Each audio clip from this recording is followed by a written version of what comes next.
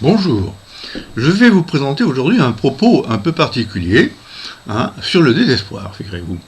Et je l'ai intitulé « Le désespoir à la lumière de la philosophie et de la psychologie ». Le véritable désespoir n'est pas pour moi ce qu'on entend par là habituellement, lorsqu'on dit par exemple « je suis désespéré ». Celui-ci survient à la suite d'un événement douloureux qui nous touche, deuil d'un proche, rupture amoureuse, échec, etc. Et il est souvent transitoire, s'éteignant lorsque notre vie affective a changé ou que son motif a disparu. Non, il consiste en une structure de notre conscience d'où l'espérance a disparu. Pour reprendre une notion vantée par saint Augustin, et qui en faisait d'ailleurs une vertu théologale tournée vers Dieu et le salut. Mais je la reprendrai en la débarrassant ici de toute connotation religieuse et en termes rigoureusement laïques. Cette structure se caractérise par l'absence de projet. Si l'on entend par là, ce qui nous jette en avant, pensez au mot projet avec un petit tiret au milieu, projet, ce qui nous jette en avant, vers un futur donc doté de sens et qui dès lors donne un sens à notre vie actuelle, pour autant que nous le visons. Dit autrement, le désespoir, c'est le vide de la conscience et de l'existence qui n'espère en rien. Ou encore le néant auquel elle est confrontée. Reste à savoir quel est le statut de cet état subjectif et éventuellement d'où il vient, et il y a débat. On ne peut en faire, selon moi, une structure ontologique ou essentielle de la conscience, car tout homme n'est pas désespéré en ce sens. Il faut récuser ici Pascal, malgré sa profondeur par ailleurs, car c'est un penseur que j'estime dans le domaine de la pensée humaine. Mais il a un pessimisme qui est chrétien. Le divertissement, tel qu'il l'entend, divertere en latin, avec toutes ses formes des plus futiles aux plus graves ou sérieuses, serait une fuite permanente pour tout homme de son néant, de sa misère quand il n'est pas tourné vers Dieu.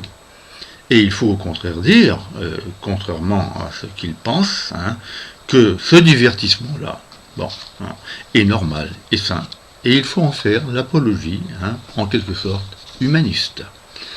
De même, et sur un tout autre plan, on refusera la conception d'Heidegger de la conscience humaine comme être là, comme pure ouverture sur le monde, c'est une formule de lui que je lui reprends, et vide de contenu propre, ce qu'il affronte, bien entendu, à son propre néant, en la détournant du monde quotidien, de ce qu'il appelle les étangs, la formule donc est bien de lui, au sein duquel elle pourrait l'oublier, ce néant. Il y aurait donc en nous un fond d'angoisse qui s'apparenterait fortement au désespoir, et qu'une réflexion authentique, selon Heidegger, nous révélerait, quitte à nous en sauver ensuite par l'accès à l'être via l'art ou la poésie, voire le silence, ce qui ressemble fort, à nouveau, à une solution religieuse, mais déguisée. Parce que, par exemple, le silence est une espèce de méditation sur l'être qui fait penser à une méditation portant sur Dieu. Et l'on pourrait aussi citer Kierkegaard et son concept d'angoisse, lui aussi, suivi de celui de désespoir, les deux choses sont donc décidément très proches, dans un traité qui lui est consacré et qui est lui aussi d'ascendance religieuse. Pour lui, la liberté infinie et sans fond de soi, qui est en l'homme, lui ferait craindre de rester ce rien qu'il est s'il ne se réfugie pas dans la foi. Conséquence que j'assume pleinement, il nous faut renoncer à toute ontologie existentielle du désespoir de ce type qui nous y condamne au nom d'une vision philosophique de l'homme que je trouve arbitraire et dont une psychanalyse d'ailleurs appuyée sur l'histoire pourrait rendre compte sur une base strictement humaine. C'est donc du côté de ces causes contingentes en un sens, et pourtant essentielles, qu'il faut alors se tourner pour penser le désespoir. Alors je pense en priorité à la vieillesse, ou au vieillissement, tel que Mauriac en a parlé dans ses mémoires et nouveaux mémoires intérieurs.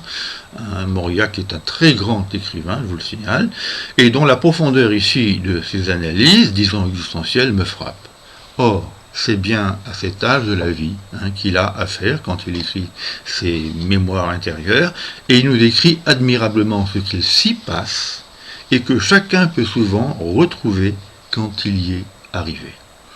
Son œuvre est terminée, et il n'est plus en état de la renouveler ou de l'enrichir, elle qui était précisément son projet de vie, le faisant échapper non à la tristesse, au tourment ou à d'autres sentiments pénibles qui sont le lot de toutes les existences, mais au désespoir, donc au non-espoir.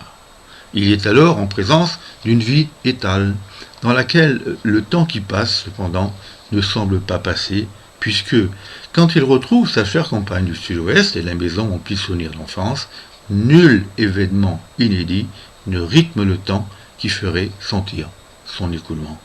C'est donc bien à une forme de néant de vie auquel il se trouve confronté, à une absence de perspective concrète, ce qui définit bien le désespoir qu'il ressent, même s'il ne recourt pas à ce vocable, lui préférant celui de tristesse, accentué par le pressentiment d'ailleurs d'une mort inévitable, dont seule la croyance en Dieu le sauve un peu.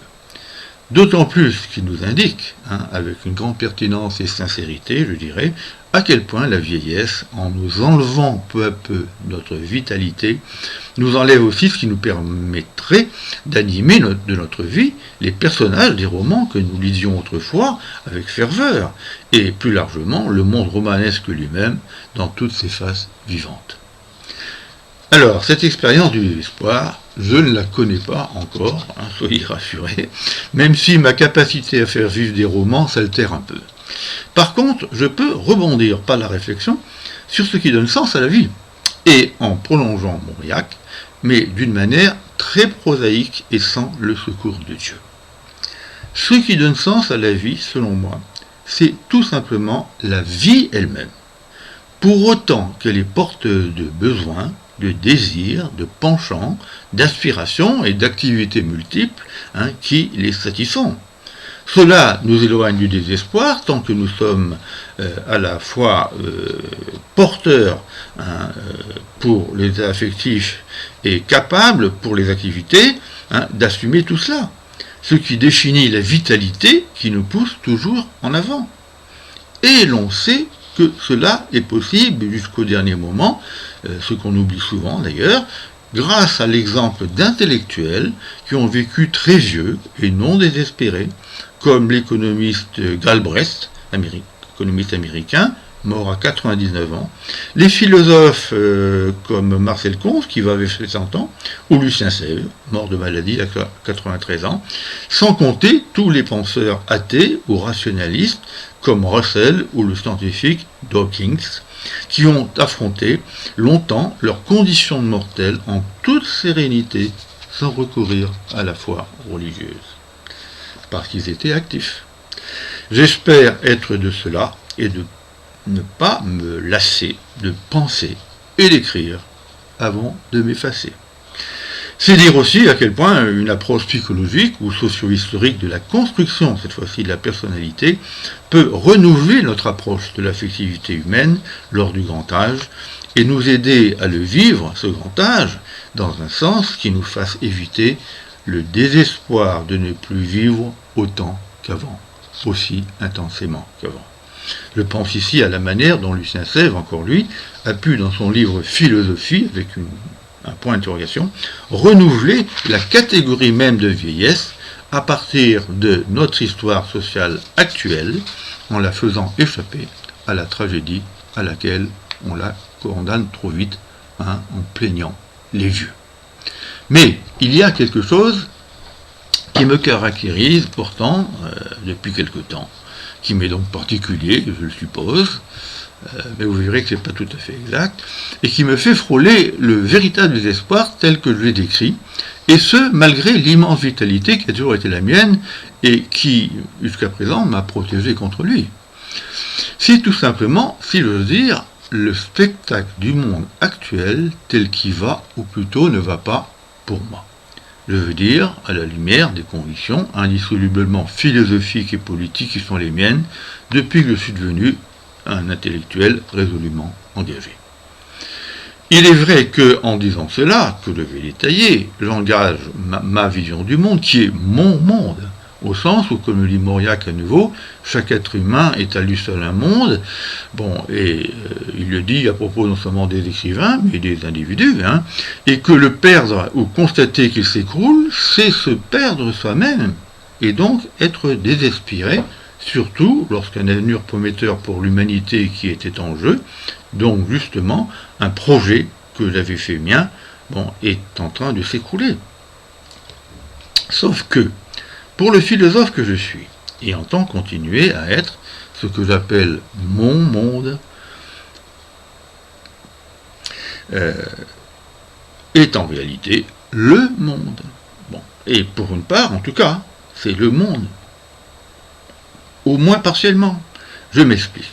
Sur le plan théorique, la conception que je m'en fais, au-delà de la seule nature matérielle, hein, et de l'homme en elle, porte sur l'histoire, la société capitaliste actuelle, son inhumanité propre et la possibilité de la dépasser. Or, c'est bien cela qui est en jeu dans le désespoir qui m'atteint par moments, je vous l'avoue, ainsi que nombre de mes amis qui sont sur les mêmes positions que moi dans ce domaine. Cette vision des choses n'est pas pour moi, en effet, une vision parmi d'autres, une interprétation du monde particulière, hein, relevant d'une spéculation arbitraire et ne correspondant pas au réel et que je pourrais abandonner. Elle est bien un reflet exact de ce monde, scientifiquement assuré par les meilleurs esprits depuis Marx. J'entends ceux qui ne versent pas dans l'idéologie antiscientifique et politiquement ou socialement intéressée.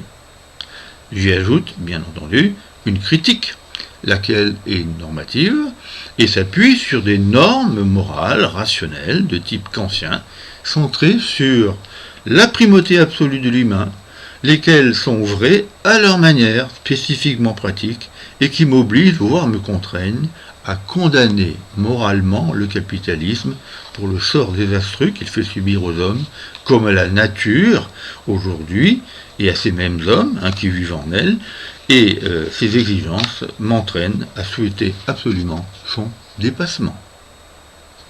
Or, c'est ce mixte, hein, de conception théorique, d'une part, et de souhait, hein, d'autre part, c'est ce mixte qui est aussi un espoir pratique, hein, qui est en train de s'écrouler. Je le montrerai en 2 points tout simples. Hein. Premièrement, l'intelligence théorique du capitalisme est effacée. Pas toujours, hein, et pas par tout le monde, heureusement. Hein. Nous sommes encore quelques-uns à résister. Mais elle est effacée par les médias dominants qui occultent ce qu'est le monde au profit d'un libéralisme théorique sans fondement, voire les travaux de Hayek, qui, malgré leur brillant en un sens, hein, sont sur le fond totalement creux et, j'ai envie de dire, désespérants, hein, lequel envahit l'esprit de nos dirigeants un peu partout dans le monde précisément et contribue à l'aliénation intellectuelle des masses. Hein. Et ce que je dis là est vrai pour ceux qui étaient socialistes, hein, et qui ont abandonné toute vision critique, hein, du capitalisme. Deuxièmement, la critique de celui-ci, qui suppose que l'on adhère à cette intelligence théorique, disparaît, je viens de l'indiquer un peu à propos des socialistes, hein, depuis la chute du mur de Berlin, la déferlante libérale qui s'en est suivie un peu partout, et le désaveu totalement infondé, selon moi, du marxisme, hein, suite à son identification absurde, et je dirais même ignorante, imbécile, partiale, hein, donc son identification absurde au message de Marx, pourtant toujours plus valide que jamais, malheureusement, en un sens.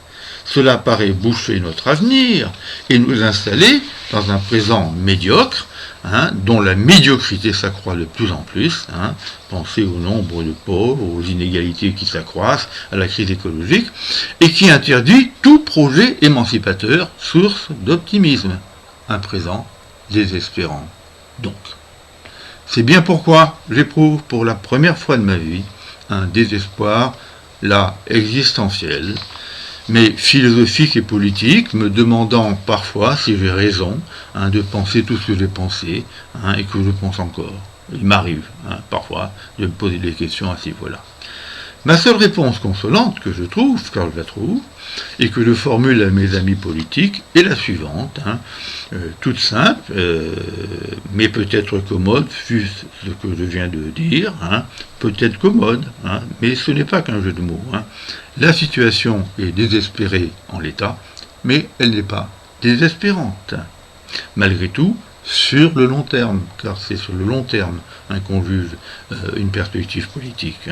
Et puis, il y a l'optimisme de la volonté, la formule est de Gramsci.